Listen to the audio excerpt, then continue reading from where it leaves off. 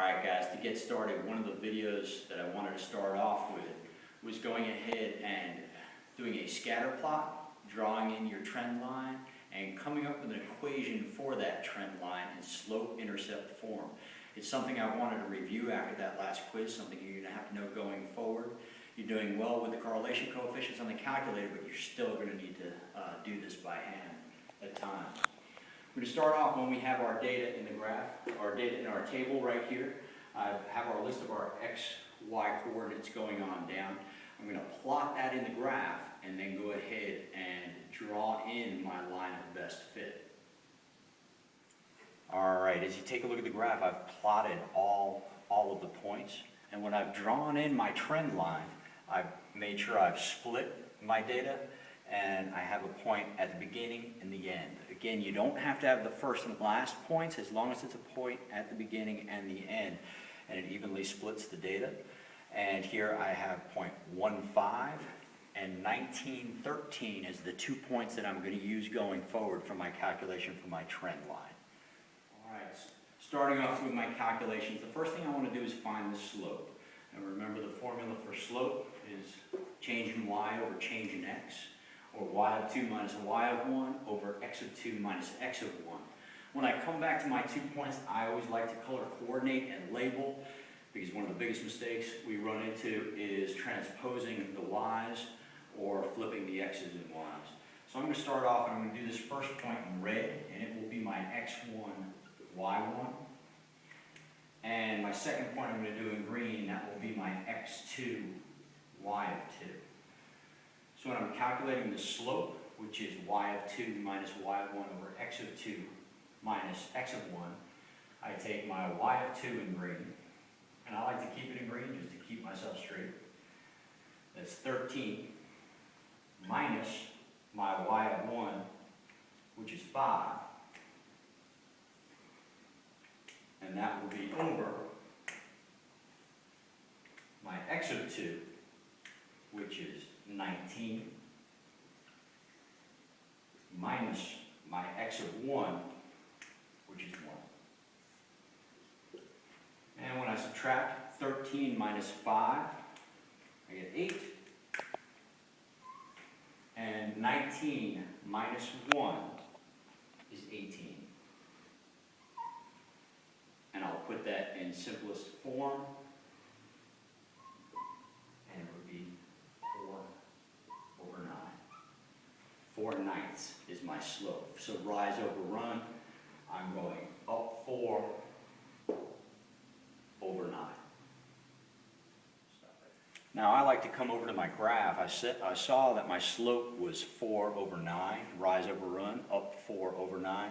I could come to my graph from my starting point, and I go up 4 and over 9, and sure enough, I come to a point on my line right there, which in this case would be 10. 9 would be another point on my line. So that's a good way to check your slope. Once you calculate it, go to the graph, see if it makes sense. So I've checked my slope on the graph of 4/9. Now I'm going to go ahead and put the equation in point slope form using the slope and one of my points. And I'm going to use my first point. Many people ask, does it matter which one? No, it doesn't. When you move it into slope-intercept form, it will work out the same way. For me, it works out that my first point are lower numbers, easier to work with, 1, 5.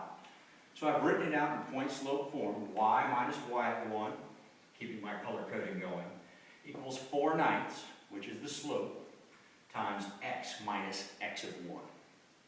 Now I'm going to substitute in my points. My y of 1 was 5, so it will be y minus 5 equals 4/9 times x minus, and my x of 1 is 1. Okay. From here I'm going to go through and do the distributive property. So I have y minus 5 equals 4/9 x minus 4/9. Now coming across, I will add 5 to both both sides.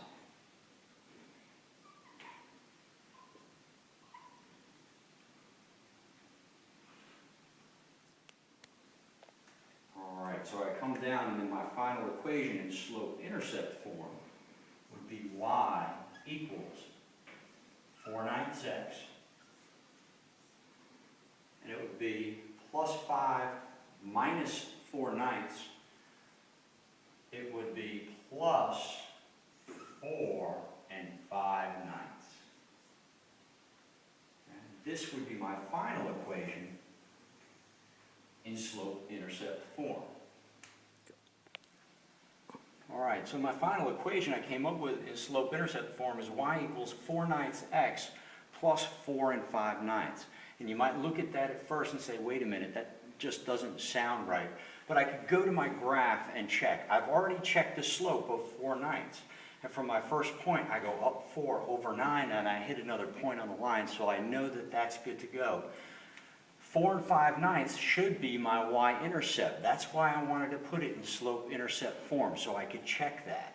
So let's take a look at 4 5/9. As I come along, the line crosses the y-axis in between 4 and 5. Almost near halfway, possibly a little bit more. So the 4 5/9 makes sense by my graph, and that's one way to check it.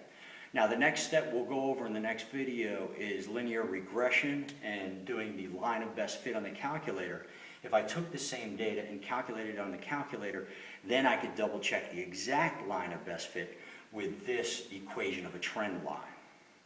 Thank you very much, guys. Go back and pause and go through it if you have to, and take a look at some of the practice problems I have posted as well.